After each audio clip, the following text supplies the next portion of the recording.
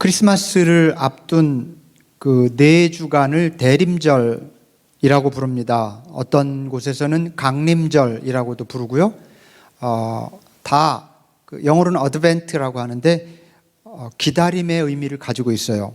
오늘이 그 첫 번째 주간이 시작되는 주일입니다. 여기 앞에 초 보이시죠? 여기 있는 건 그냥 제단 촛불이고, 여기에 있는 초가 보라색 초가 4개가 있고 가운데 화이트 그 캔들이 하나 있죠. 이게 대림절 기간 동안 켜두는 촛불인데요, 대림절 첫 주에는 저렇게 초 하나를 켭니다.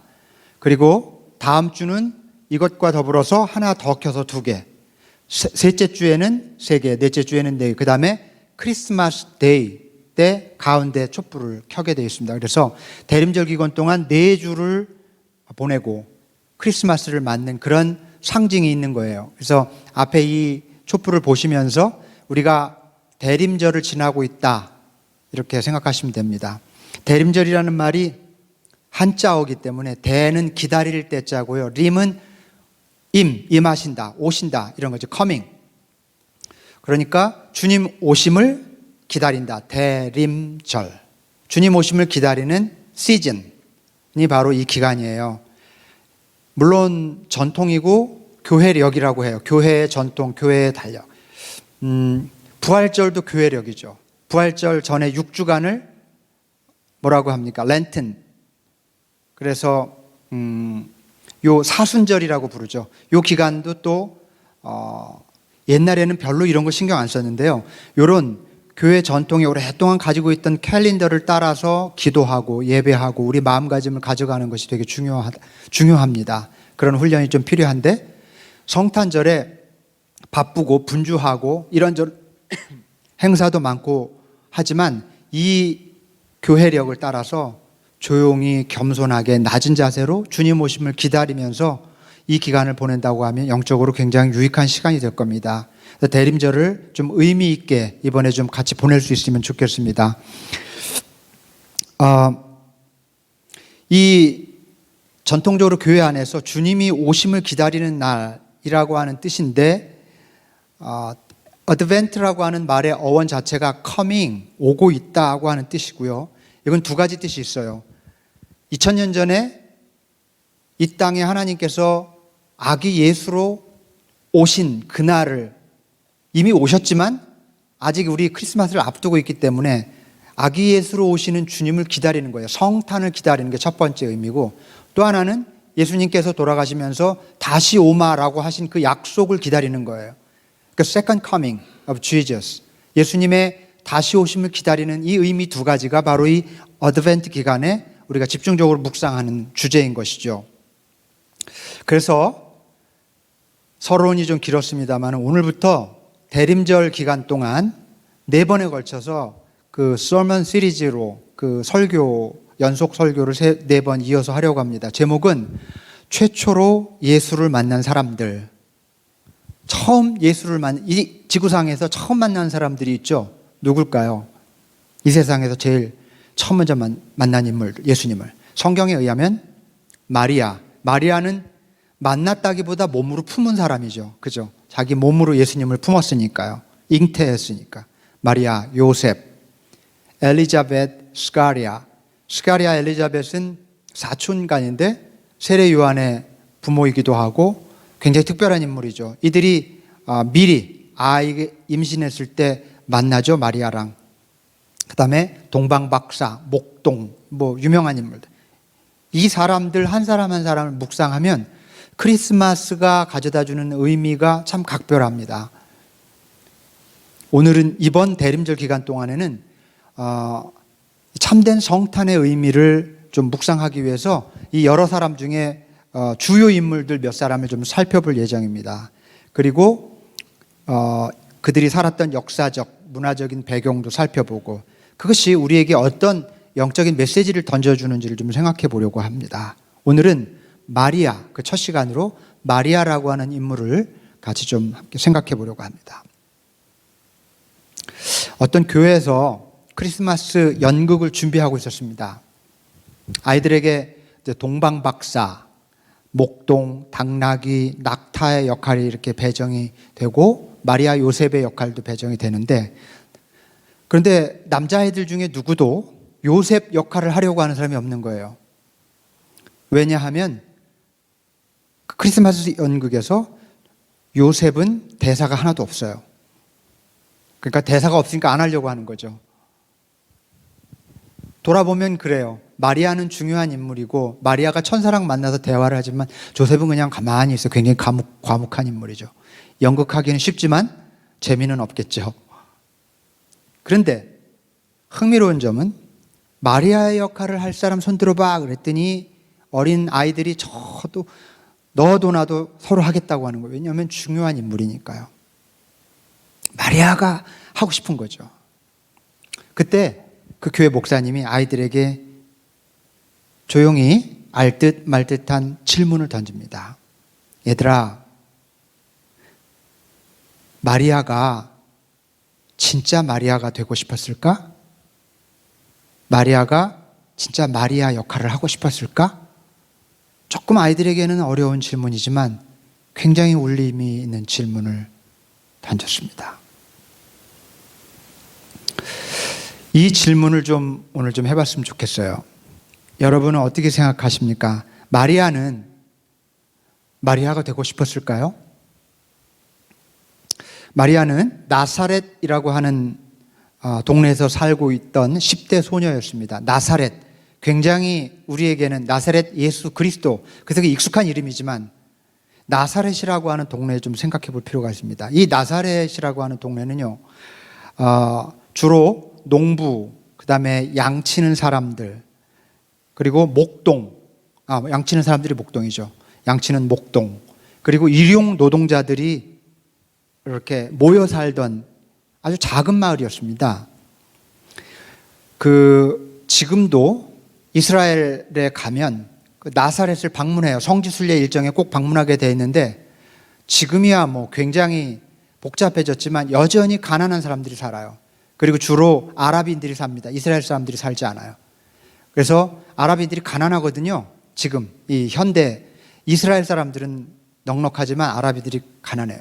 상인들이 주로 살아요. 그 전통이 2000년이 지나도 바뀌지 않았던 것 같아요. 예수님이 오신 고향 마을인데도 불구하고. 그런데 이 나사렛 근처에 우리는 잘 익숙하지 않은 도시지만 세포리스라고 하는 동네가 있어요. 이 동네는 나사렛보다 훨씬 큰 동네예요. 시골로 치면 이 나사렛은 완전히 깡촌이고요. 세포리스라는 곳은 장이 서는 마을이에요. 읍내 같은 동네인 거죠. 그래서 나사렛 사람들은 이 세포리스로 매일 1시간씩 걸어가서 그리고 노동력을 팔거나 아니면 물건을 팔았습니다. 이렇게 나사렛 사람들은 대부분 사회적으로 신분이 낮은 사람들이었고요. 가난했어요. 그리고 어떤 사람들은 그 석회암으로 이루어진 그 동굴에서 살았습니다. 집을 구하기 어려우니까 그냥 자연 동굴 속에 들어가서 살기도 했어요. 아마도 마리아네 집도 동굴이나 음막 같은 집에서 살았을 가능성이 높습니다. 어느 모로 보나 나사렛이라고 하는 동네는 부유한 사람들이 사는 동네가 아니었어요. 아주 가난한 동네, 작은 동네였다. 아마도 빌립이 나다나엘을 만나서 그런 얘기하죠. 빌립이 나다나엘에게, 야, 우리가 모세와 또 예언자가 말한 그분을 우리가 만났어. 그분은 누구냐면 나사렛 출신의 요셉이라는 사람의 아들이야. 이렇게 얘기했더니 나다나엘이 뭐라고 합니까? 아니, 나사렛에서 무슨 좋은 게 나올 수 있어? 나사렛에서 무슨 선한 것이 나올 수 있겠어?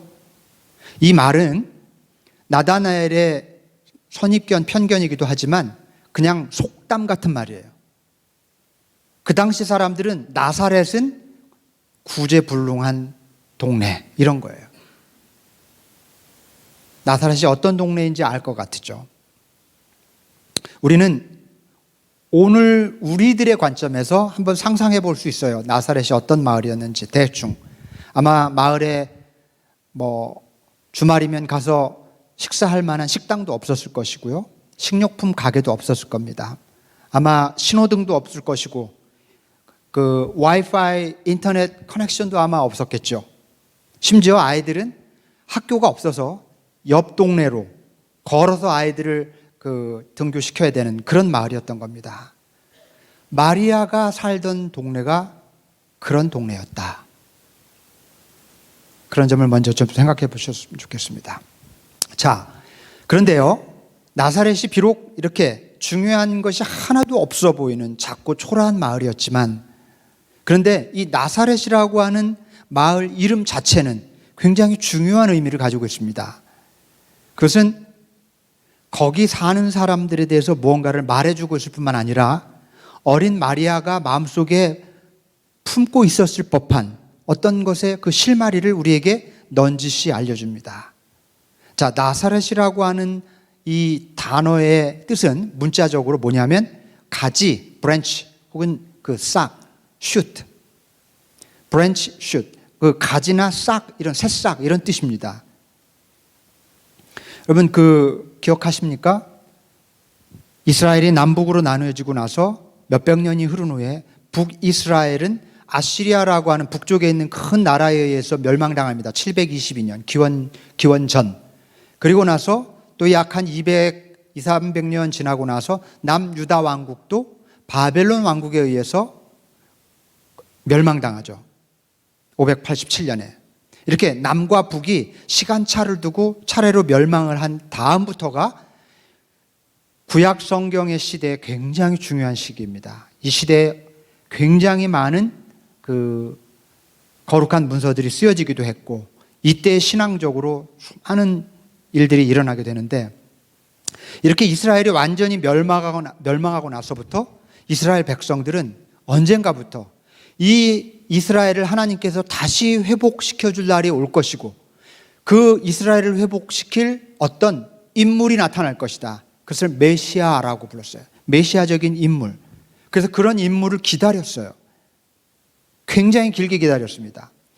보십시오. 기원전 587년에 멸망하고 나서부터 나라를 잃은 서름을 안고 500년이 흐른 시점에서 예수님이 태어났어요.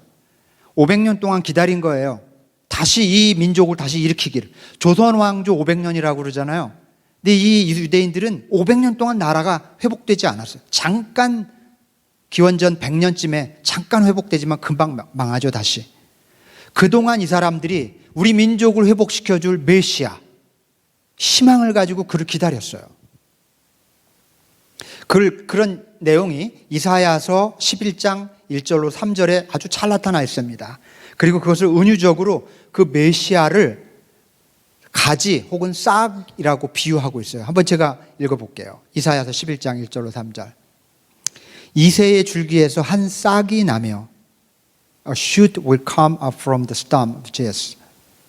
From his root a branch will bear fruit. 여기 분명히 a shoot, a branch 이렇게 나오죠.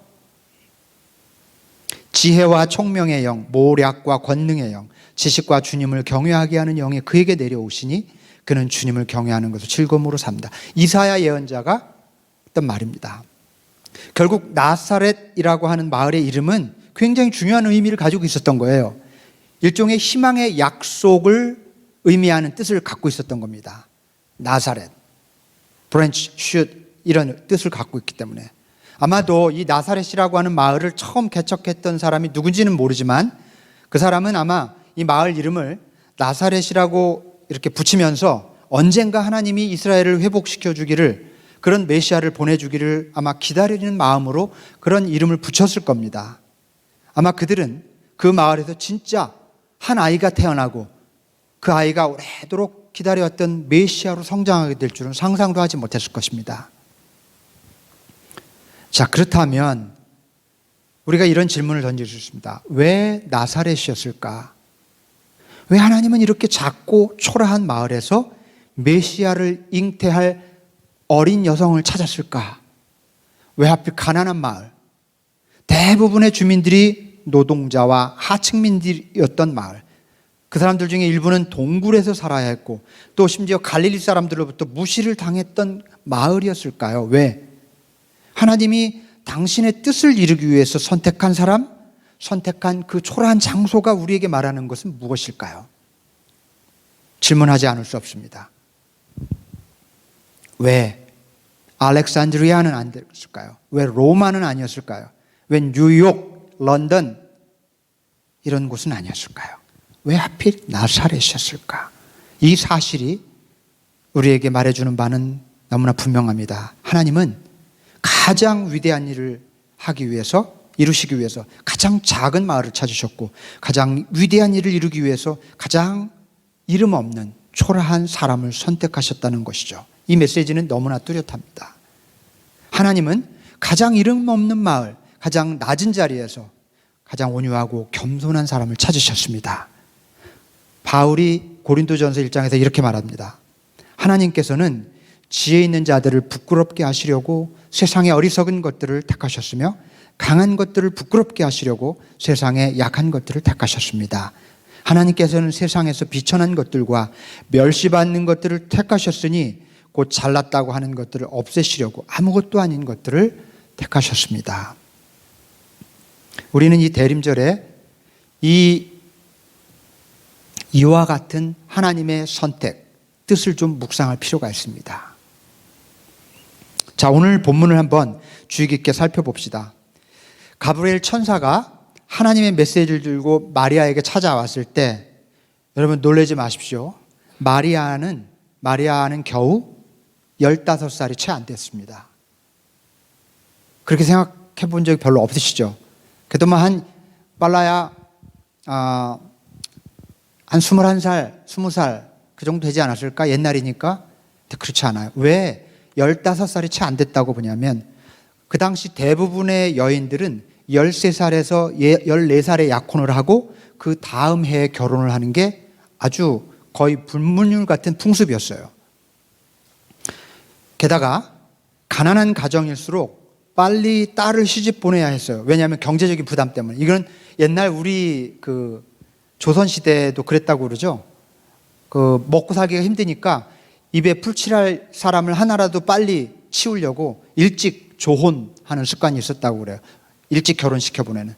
비슷합니다. 13살, 14살 이때 결혼시키고 그 다음에 딱 요셉과 지금 약혼을 했어요. 그리고 그 다음에 결혼할 계획이 있었던, 그리고 굉장히 가난한 집안 딸이에요. 그러면 이 마리아는 15살이 안 된 소녀였을 가능성이 대단히 높습니다. 이렇게 어린 소녀에게 가브리엘 천사가 나타나서 이렇게 말합니다. 두려워하지 말아라. 마리아야, 그대는 하나님의 은혜를 입었다. 보아라, 그대가 잉태하여 아들을 낳을 터이니 그의 이름을 예수라고 하여라. 그는 위대하게 되고 더없이 높으신 분의 아들이라고 불릴 것이다. 주 하나님께서 그에게 그의 조상 다윗의 왕위를 주실 것이다. 그는 영원히 야곱의 집을 다스리고 그의 나라는 무궁할 것이다. 자, 마리아는 굉장히 당황했을 것입니다. 아마 가브리엘 천사가 한 말이 도대체 무슨 뜻인지 거의 알아듣지 못했을 가능성이 높아요. 그러니까 마리아는 지극히 당연하게 가브리엘 천사에게 되묻는 겁니다. 천사님, 저는 남자를 알지 못하는데, 저는 처녀인데 어떻게 이런 일이 일어납니까? 이렇게 묻습니다. 그러자 가브리엘이 뭐라고 대답합니까? 성령이 그대에게 임하시고 더없이 높으신 분의 능력이 그대를 감싸줄 것이다. 그러므로 태어날 아기는 거룩한 분이요 하나님의 아들이라 불릴 것이다. 글쎄요, 가브리엘 천사 곁에서 이 말의 뜻을 이해하려고 처절하게 애쓰고 있는 어린 소녀를 한번 좀 떠올려 봅시다. 아, 이게 대체 무슨 뜻일까? 그럼 이제 나한테 무슨 일이 일어나는 걸까? 고개를 갸우뚱거리면서 고민했겠죠? 여러분, 마리아의 신발을 한번 신어봅시다. 마리아의 입장이 돼보자는 거예요. 여러분 중에 마리아의 역할을 해보고 싶으신 분 계십니까? 어릴 때 같으면 저요 할 텐데, 그죠? 그게 아니라, 연극이 아니라 실제로 여러분이 이 세상에 마리아로 태어나게 됐다면 어떨까요? 우리는 마리아가 이 땅에 구원 역사를 일으킬 메시아를 잉태하게 될 사람이라고 하는 그런 생각에 얼마나 영광스러울까. 천사가 찾아와서 하나님의 메시지를 전해주다니 얼마나 복될까, 이렇게 생각할 수도 있어요. 그러나 조금만 냉정하게 현실적으로 생각해 봅시다. 마리아가 살던 당시 율법에 의하면 약혼한 여자가 약혼자가 아닌 다른 남자의 아이를 가졌을 경우, 이건 뭐 오늘날에도 굉장히 많은 그 비난을 받는 그런 문제인데, 그 당시의 율법은 돌로 즉시 쳐 죽이게 되어 있어요. 왜냐하면 그 상태를 오래 놔둘수록 부정해지기 때문에 돌로 쳐 죽이게 돼요. 굉장히 잔인하죠. 그러나 그때 법이 그랬습니다. 근데 그런 상황까지 가지 않더라도 요셉에 의해서 당장 결혼이 취소되었겠죠. 그것은 곧 이 어린 소녀의 꿈이 산산조각 난다는 것을 의미해요. 미혼모가 된다는 것을 의미하고, 가족들로부터 외면당하고 조롱당하고 비웃음을 사고 쫓겨난다는 사실을 의미합니다. 자, 그렇다면 다시 한번 생각해 봅시다. 여러분, 마리아가 정말로 메시아의 어머니가 되기를 원했을까요? 이런 것들을 감수하고요. 만일 여러분이 마리아의 신발을 신었다면 가브리엘 천사에게 뭐라고 대답하셨을 것 같습니까? I'm sorry, sir. I don't want it. 그렇게 대답하지 않았을까요? 여러분, 그런데 놀랍게도 마리아는 예 라고 대답합니다. 그녀의 대답은 단순하면서도 단호했습니다. 마리아는 충분히 이게 무슨 일인지 무슨 상황인지 이해할 필요도 없었어요. 그냥 이렇게 말했을 뿐입니다. 예, 저는 주님의 종입니다. 당신의 말씀대로 내게 이루어지기를 바랍니다. 여러분, 우리 같이 한번 영어지만 같이 한 목소리로 이거 읽어볼까요? I am the Lord's servant. May it be to me as you have said. 저는 주님의 종입니다. 당신의 뜻대로 내게 이루어지이다.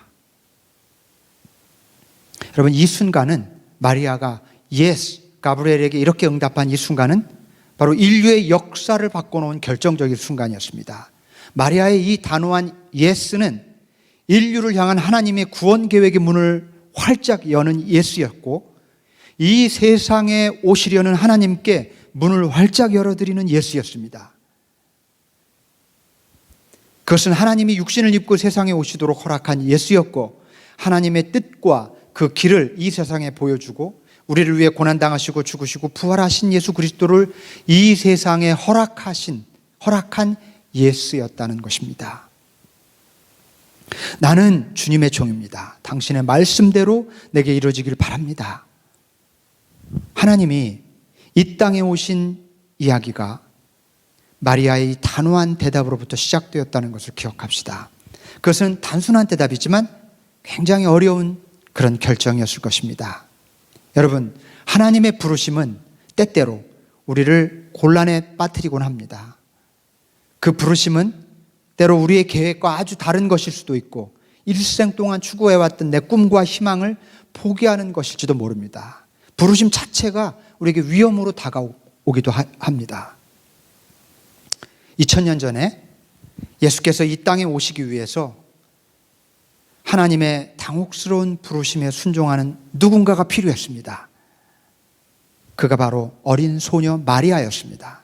그녀의 예스가 그 문을 열었습니다.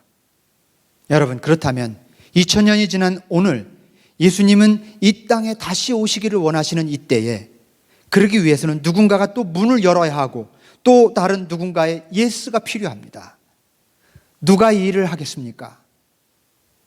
누가 이 일을 해야 할까요? 저와 여러분입니다. 우리가 하나님의 부르심 앞에 예스라고 할 때 이 땅에 다시 오실 주님의 길을 예비하는 예수가 됩니다.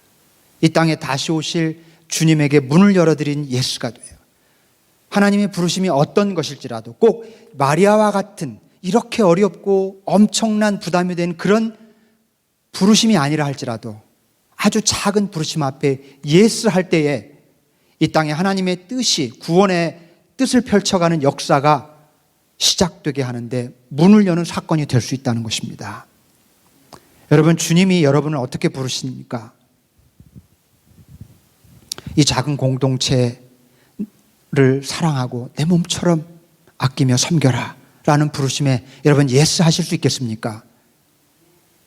그 예스가 하나님의 뜻을 이 땅에 펼쳐가는 새로운 역사의 문을 여는 일이 될 것입니다. 여러분을 어떤 일로 부르시든 그 부르심 앞에 예스 할 수 있기를 바랍니다. 우리를 향한 이 부르심 앞에 우리가 네라고 대답할 때 하나님은 다시 한번 놀라운 계획을 펼치시게 될 것입니다. 크리스마스 때 중요한 것은 우리가 얼마나 많이 쇼핑하고 얼마나 맛있는 음식을 먹고 얼마나 좋은 선물을 받았는지가 아닙니다. 마리아처럼 주님의 부르심 앞에 나는 주님의 종입니다. 당신의 말씀대로 내게 이루어지기를 바랍니다 라고 고백할 수 있는 마음을 준비하는 것이 이 성탄의 또 대림절에 우리가 해야 할 일인 줄로 믿습니다. 이 대림절에 주님의 부르심 앞에 네 라고 대답할 수 있는 순종의 마음을 준비하는 복된 계절이 될 수 있기를 주님의 이름으로 축원합니다. 아멘. 기도하겠습니다.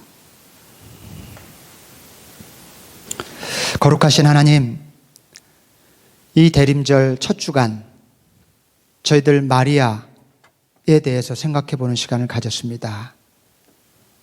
이 세상에서 예수 그리스도를 가장 처음으로 만난 여인, 가난한 마을에 어린 그 소녀의 영혼에 찾아오신 주님을 묵상합니다. 그 소녀가 차마 계산할 수도 없고 상상할 수 없는 하나님의 부르심 앞에 예, 주의 뜻대로 이루어지소서라고 했을 때 그 순간 이 세상의 역사가 하나님 가장 놀랍게 변화되었듯이 이 시간, 이 시대에 다시 이 세상의 변화를 간절히 바라시는 하나님 앞에 우리가 순종하며 예스라고 대답할 때에 주님, 우리를 통해서 하나님 새로운 역사를 이루어 가실 줄로 믿습니다. 사랑하는 우리 애시번 한인교회 교우들 한 사람 한 사람이 주님의 부르심이 무엇이든 간에 큰 것이든 작은 것이든 일상적인 것이든 특별한 것이든 그 앞에 주님, 제가 다 이해할 수 없지만 제가 감당할 수 있을지 모르겠지만 주님 앞에 고백합니다. 네, 주님 뜻대로 하옵소서라고 고백하는 저희들 모두가 되게 하여 주옵소서. 예수 그리스도의 이름으로 간절히 기도하옵나이다. 아멘.